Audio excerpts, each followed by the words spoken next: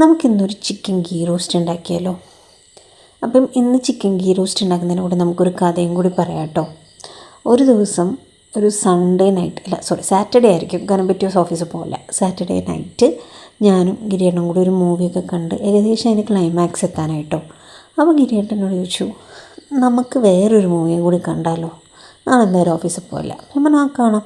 ഏതാ മൂവി? ഒരു ഇംഗ്ലീഷ് മൂവിയാണ്, നീ കാണുമെന്ന് ചോദിച്ചു. ഞാൻ പറഞ്ഞു, അടിയും പിടിയും ബഹളമൊന്നും അല്ലെങ്കിൽ ഞാൻ കാണാം. ആൾക്ക് അങ്ങനത്തെ ഇതൊക്കെ ഭയങ്കര ഇഷ്ടം, ദുരന്തമൊക്കെ ഭയങ്കര ഇഷ്ടമുള്ള ആളാണ്.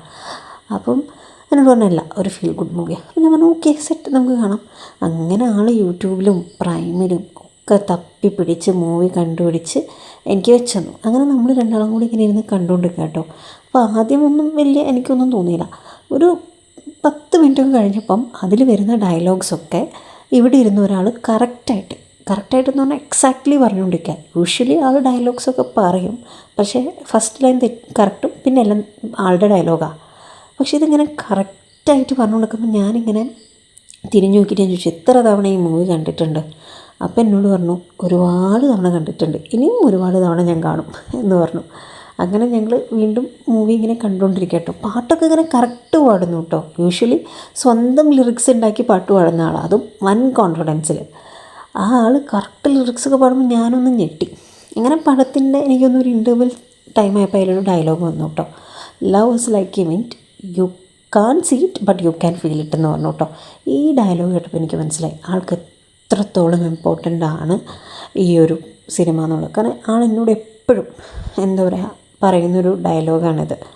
അപ്പോൾ എനിക്ക് മനസ്സിലായി, ഓക്കെ ആൾക്ക് അത്രയും ഫീലിങ്സ് അല്ലെങ്കിൽ അത്രയും ഇഷ്ടമുള്ളൊരു മൂവിയാണ് ഇത് എന്നുള്ളത്. അങ്ങനെ ഞങ്ങൾ ഒരുമിച്ചിരുന്ന് ബാക്കി പടം ഇങ്ങനെ കണ്ടുകൊണ്ടിരിക്കുകയാണ്. അപ്പോൾ ആൾ ഭയങ്കര ഫീലിങ്ങിലാട്ടോ കണ്ടുകൊണ്ടിരിക്കുന്നത്. സത്യമായിട്ടും ആൾ ഞാൻ അത്രയും ഫീലിങ്ങിലൊരു മൂവി കാണുന്ന ആദ്യമായിട്ടാണ് കാണുന്നത്.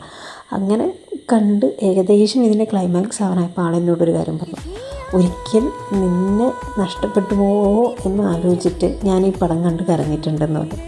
അപ്പോൾ എനിക്ക് വല്ലാത്തൊരു ഫീലിംഗ് തോന്നിട്ടോ. അതെനിക്ക് അങ്ങനെ പറഞ്ഞറിയിക്കാനറിയില്ല, പക്ഷെ ഒരു വല്ലാത്തൊരു സ്പെഷ്യൽ ഫീലിംഗ് തോന്നി. കാരണം എന്താ വെച്ചാൽ നമ്മൾ നഷ്ടപ്പെട്ടു പോകുമെന്ന് പറഞ്ഞ് ഒരാൾക്ക് അറിയാമെന്നൊക്കെ പറഞ്ഞു കഴിഞ്ഞാൽ അത് ഭയങ്കര ഒരു ഫീലിങ്ങുള്ള കാര്യമല്ലേ. അങ്ങനെ എനിക്ക് ഭയങ്കര സന്തോഷം തോന്നി. സത്യം പറഞ്ഞാൽ അന്നത്തെ നൈറ്റ് ഉണ്ടല്ലോ, ഞാൻ ഭയങ്കര ഹാപ്പി ആയിരുന്നു കേട്ടോ. എൻ്റെ ലൈഫിൽ വല്ലാത്തൊരു ഹാപ്പി ആയിട്ടുള്ള ഡേ ആയിരുന്നു.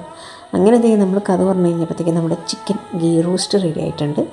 ചിക്കൻ ഗീ റോസ്റ്റ് നല്ല വരട്ടിയെടുത്തു. പിന്നെ അതിലേക്ക് ഇത്തിരി വൈറ്റ് റൈസും കൂട്ടി ചിക്കൻ ഗീ റോസ്റ്റ് എനിക്ക് വേണ്ടി കരഞ്ഞാക്ക് ഞാൻ ഡെഡിക്കേറ്റ് ചെയ്ത് ഉണ്ടാക്കി കൊടുത്തിരിക്കുന്നു.